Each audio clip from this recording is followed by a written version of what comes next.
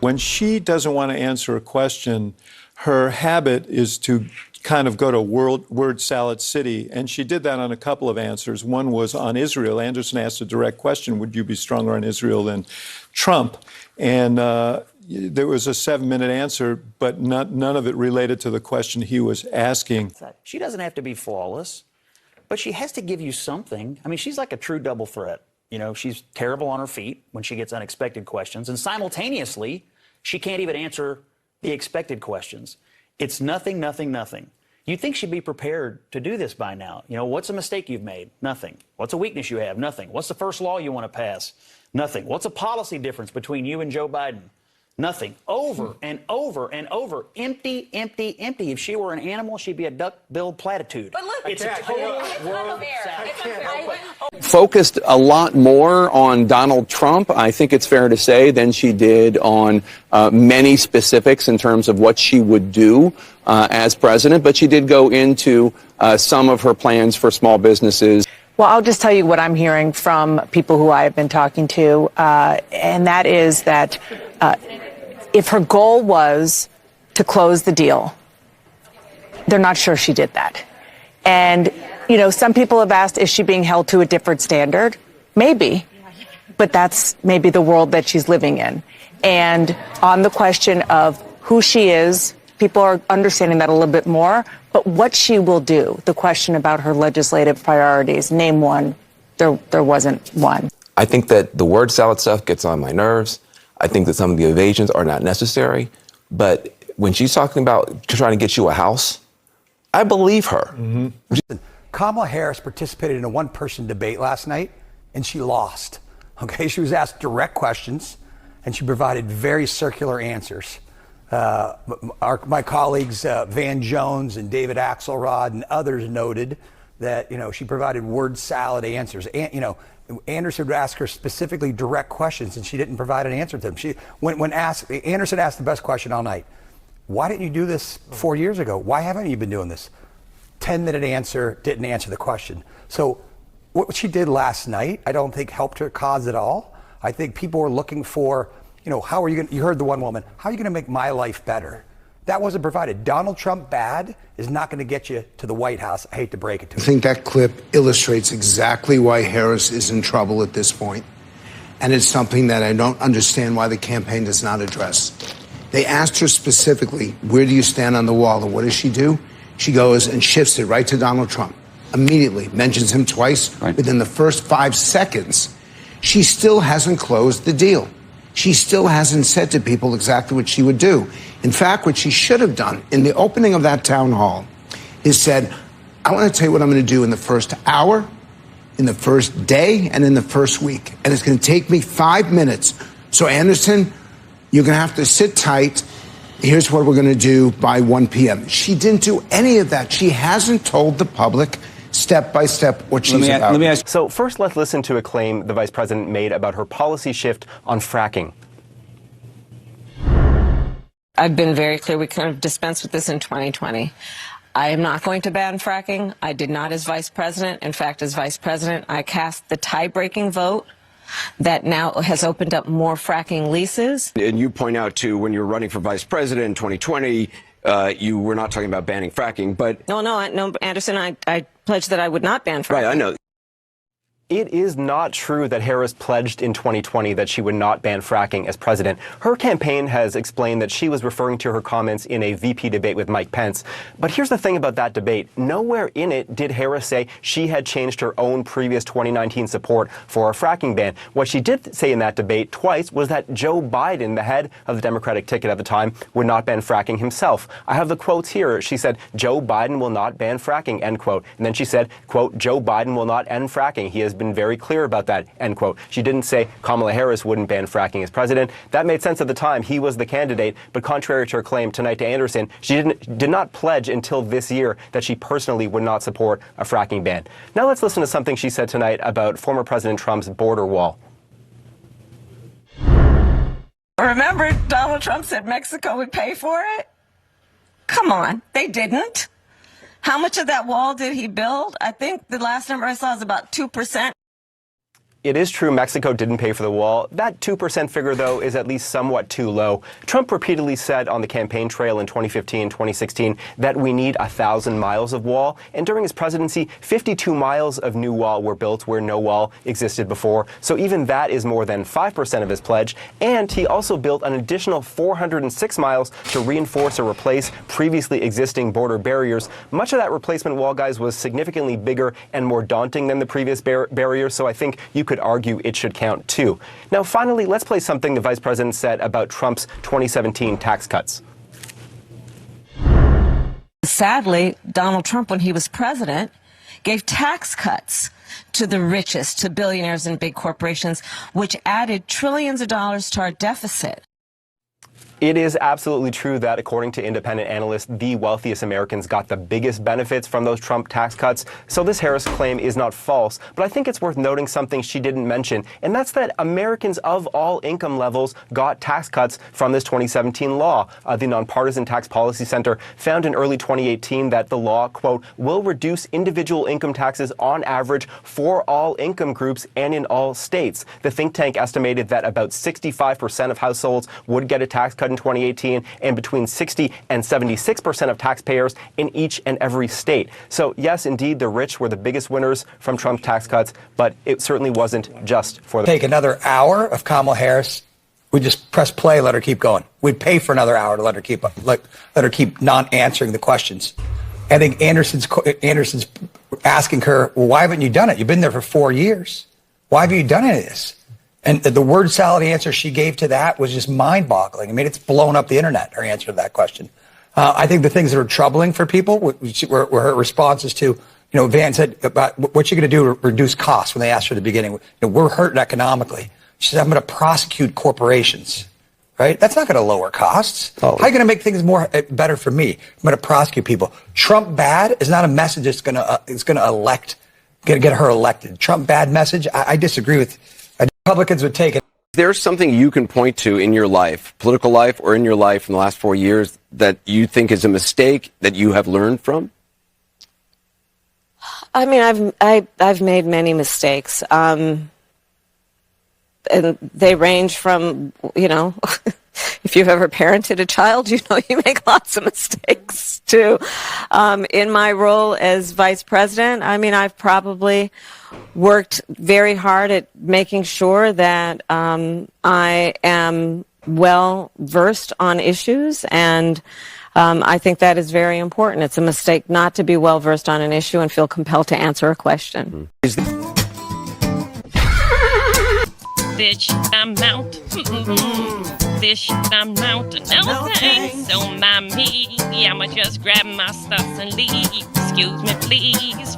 This I'm out. No. I'm gonna talk about major indignities. Man, I'll show you indignities. Kamala Harris losing a debate with herself. Whew. Okay, so after all of the backup that she's gotten, after all the celebrities' endorsements, after all of the glory hole media treatment that she's been given, Kamala Harris is still incapable of winning a debate against herself on CNN. This was an excruciating and total humiliation. A town hall last night hosted by CNN with hand-selected, as far as we know, Kamala campaign staffers asking her the questions.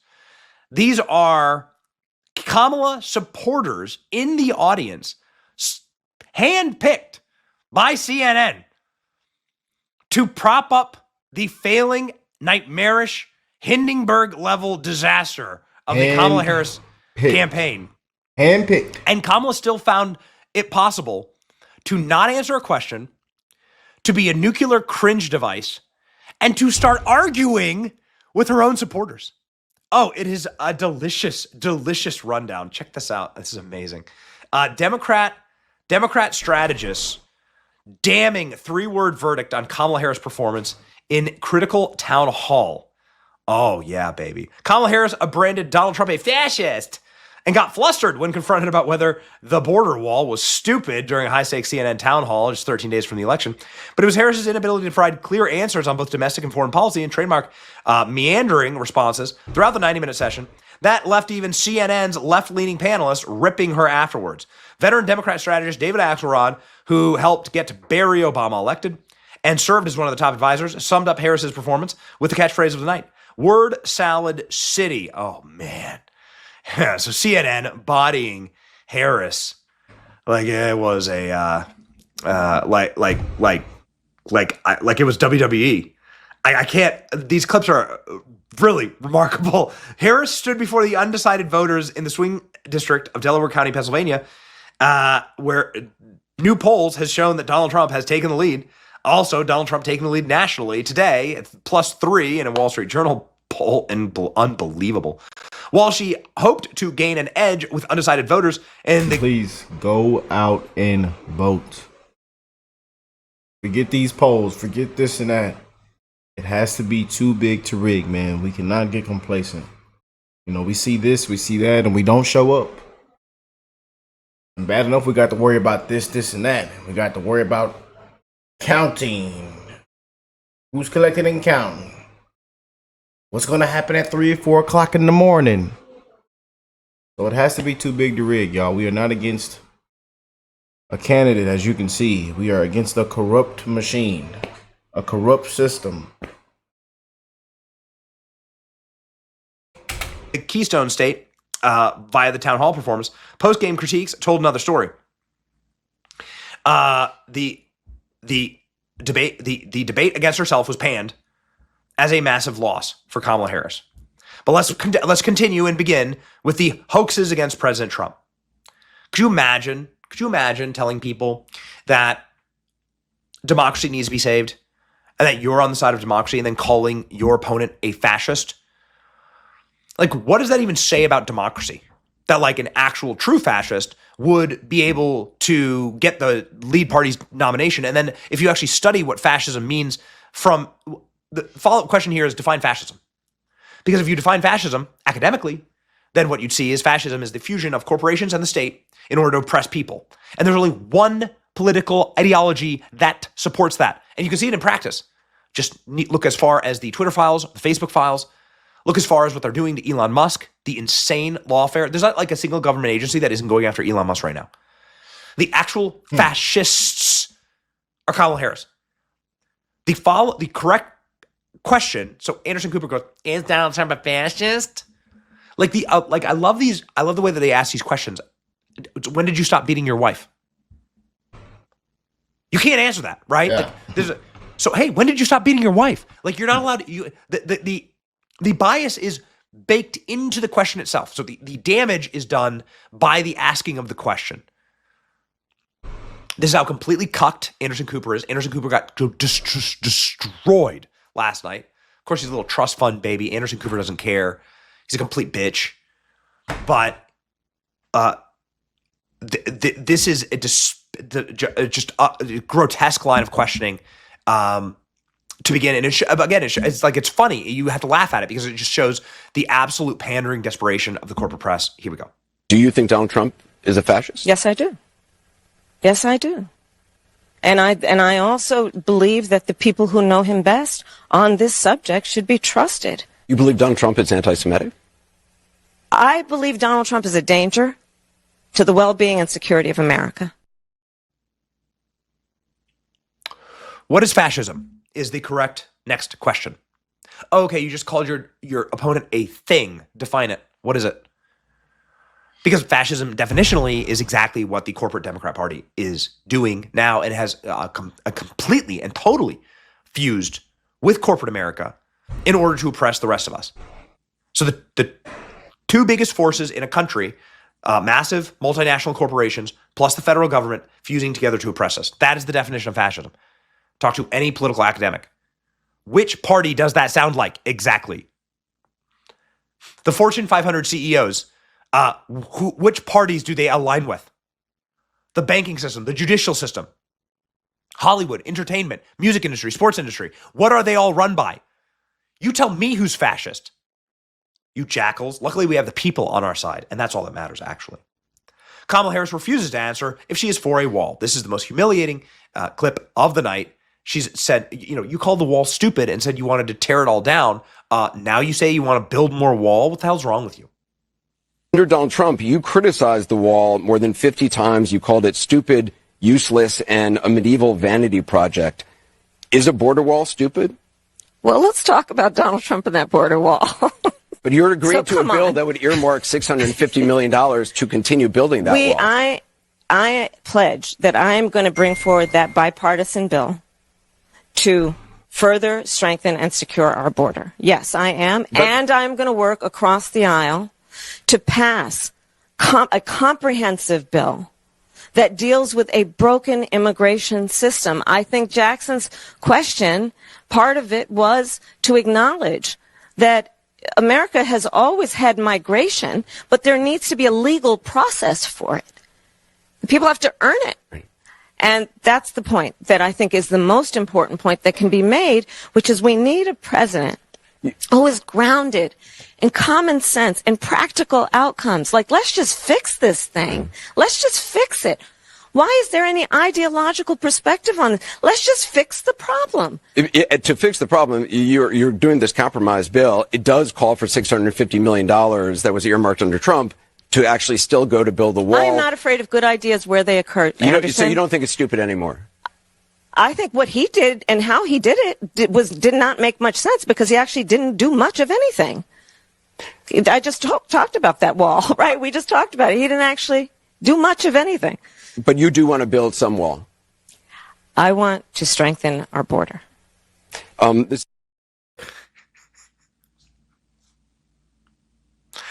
don't know how to describe Kamala Harris other than suburban wine mom, 3 times divorced, in a minivan, like trying to do her makeup, talking into her rearview mirror, like probably shouldn't be driving. 3 o'clock in the afternoon. Yeah. To happy hour. Like none of it makes any sense. All of it is so humiliating. Kamala has no good advisors. All of her DEI advisors, everyone who's still left on Kamala's staff, everyone's left, right? So Kamala's the most toxic and worst boss. Everyone's left. She has a 95% staff turnover. These were articles that were written back when they were trying to sabotage Kamala and not Joe Biden. The articles written about Kamala Harris is that that no one stays on her staff. No one. Plus 95% staff turnover. So anyone who's good or anyone who's competent have all left. The only people left are like the brat summer people. Like the people that think it was like a good idea to make Kamala a meme. She has no actual policy. She has no actual strategy. She has no capacity to synthesize her talking points into a worldview because hours earlier she was talking about amnesty. Look. Right now we're talking about border security and there's no Democrat talking about pathway to citizenship, and immigration relief, and the benefits that migrants bring to this country.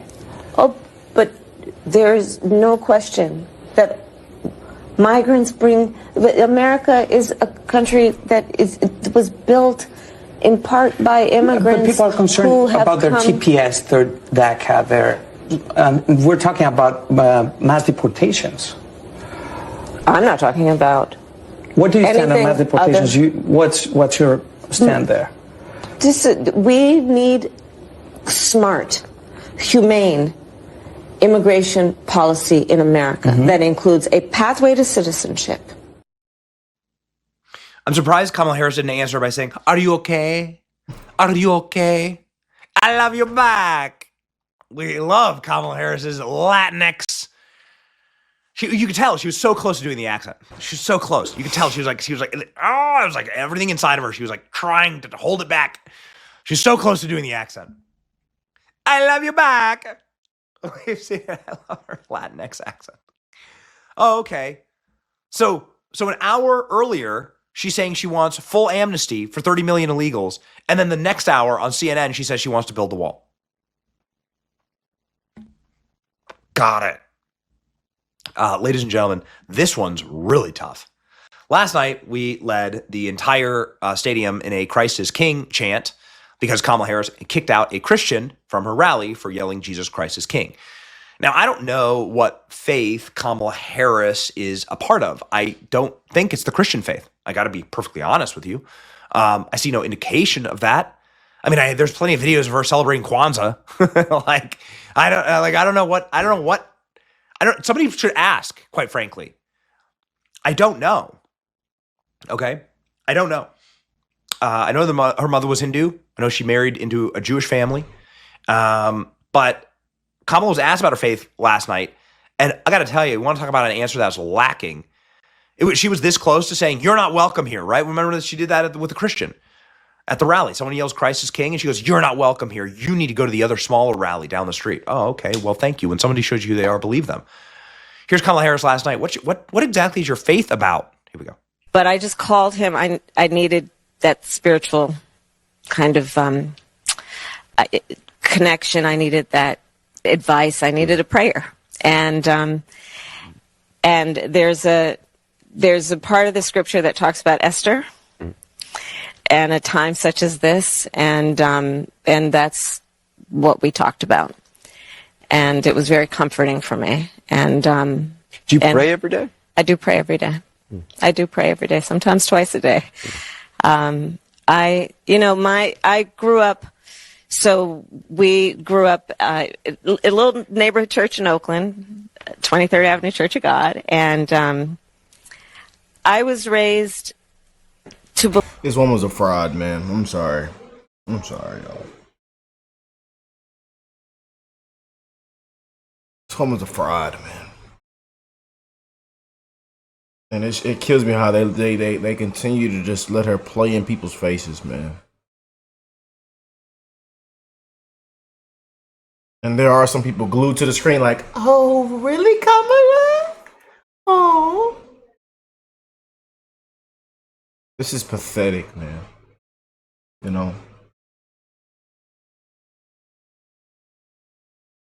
Believe in a loving God. To believe that your faith is a verb, you know? You live your faith. And that she doesn't even know what she's talking about. She has no idea what she's talking about at all. No, like she really has low IQ. Like she's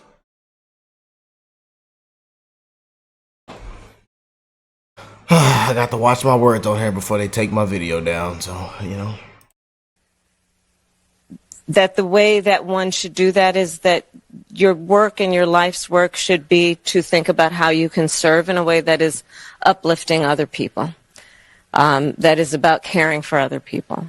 And that guides a lot of how I think about my work and what is important. Yeah. What does that even mean? Yeah. If you ask me about my faith, I'm like, why are these clips so long? Like you're like yelling, like we're like talking, the production crew, we're like in a little hotel room. Like, why the hell are these clips so long? If you ask me about my faith, it's very simple. I can tell you about my faith in exactly less than 3 seconds. Here we go. 3, 2, 1. Christ is king. The end. That mean 2 seconds? 1 second. I can do it. Simple. I don't need 97 seconds of mewling and word salad shooters to like tell you about my faith. That's when you're lying. Honey, where were you last night? Well, you better sit down. Let me explain. 31 minutes later. You're lying, right? Like you're lying. All right? It's very simple. If you were where you should have been last night, you just said, "Oh, I stopped by 7-Eleven, I picked up some milk, I came home." How long did that take? Why does it take Kamala Harris minutes on end to explain her faith? No, bro. The faith is actually simple, okay? Faith traditions are quite simple. And that's why they're faith. They're founded upon faith. That's what faith means, in fact, right? Simple truths and how we organize our lives. Whew, baby. Man, that's a tough one. Never says the name of Jesus Christ. Do we have that Christ is King clip? Let me grab that Christ is King chant from last night because it was fun. That was really fun. You know, we were like, well, you know what? If Kamala's kicking Christians out, I know where they can all go. Come on, boys. How is Kamala Harris even close? Is my question. Listen to this next. Listen to this next clip. How is Kamala Harris even close? Kamala Harris calling herself a nerd in one response, saying that she won't be able. This is an incredible setup. This is an incredible setup. If your wife asks you, where were you last night? And you tell your wife, well, I'm not going to be able to give you a straight answer. I'm going to need some time to figure that one out. Brother, my brother in Christ, you're either sleeping on the couch or you're never going back to that home ever again, okay? That's not a good way to answer a question. Where were you last night? I'm going to need to do some research on that, and I'll get back with you. I'm a nerd. This is what Kamala Harris is. Okay, so this is what Kamala Harris's answer actually was. Here we go. This is what she's telling the American voters. Go. Well, I may not be quick to have the answer as soon as you ask it about a specific policy issue sometimes, because I'm going to want to research it. I'm going to want to study it. I'm kind of a nerd sometimes, I confess. Your marriage is over if you answer a question like that. I've been happily married for going on 8 years. Your marriage is over if you answer a question like that. I can't answer that for you. I'm kind of a nerd. Oh, boy, brother, you are in the doghouse. You are cooked, boy. Have you ever made a mistake? Like, compare this again. We are in a relationship, in a sense, with our federal government. It's something that we have to interact with. The leaders, the decisions they make have consequences on us and our households. You would never be able to get away with this in your relationship. You'd never be able to, like, if somebody asks you if you made a mistake, like if you approach the relationship as though you've never made a mistake and you're infallible, you're doomed. Trust me on that. Like, view it through that lens. Have you ever made a mistake? Like, as a moral human being, like the step one is admitting that actually you're an alcoholic, right? Like the 12-step program in AA. The first step of actually being a decent human is admitting you're not perfect. Kamala Harris, have you ever made a mistake? Listen to this answer. Tell me, what a toxic, putrid, green sludge, primordial ooze that would turn in like Ninja Turtles if you dumped it into the sewer. Like what is this that is swimming around Kamala Harris? Like, imagine being in a relationship with this person. Have you ever made a mistake? Go. Is there something you can point to in your life, political life, or in your life in the last 4 years that you think is a mistake that you have learned from? I mean, I've made many mistakes, and they range from, if you've ever. How can anybody? I just don't see how anybody could vote for this, man. I'm sorry. I'm on both sides, man. Parented a child, you make lots of mistakes too.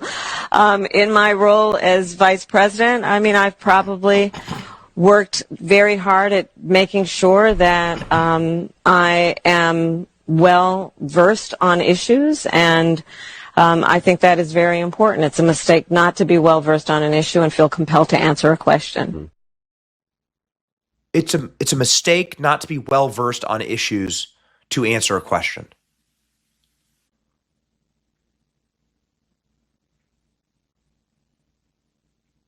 If you are in a relationship with somebody that can't say if they've ever made a mistake or claims to be perfect, or that their only mistake is that they're not well versed on issues, or lies about raising a child, okay?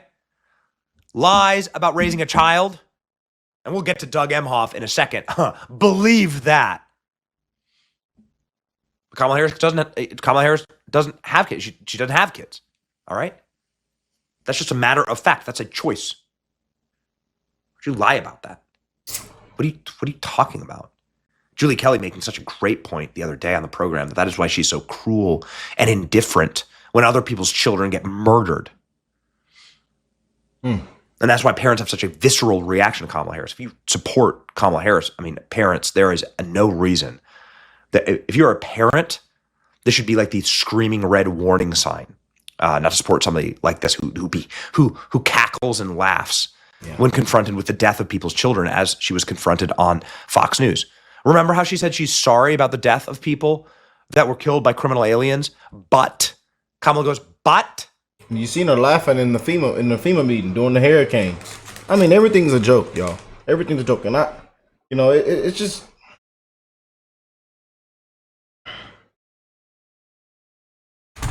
I can't, man. I really can't. This is ridiculous, man. I'm ready for this to all be over with, y'all.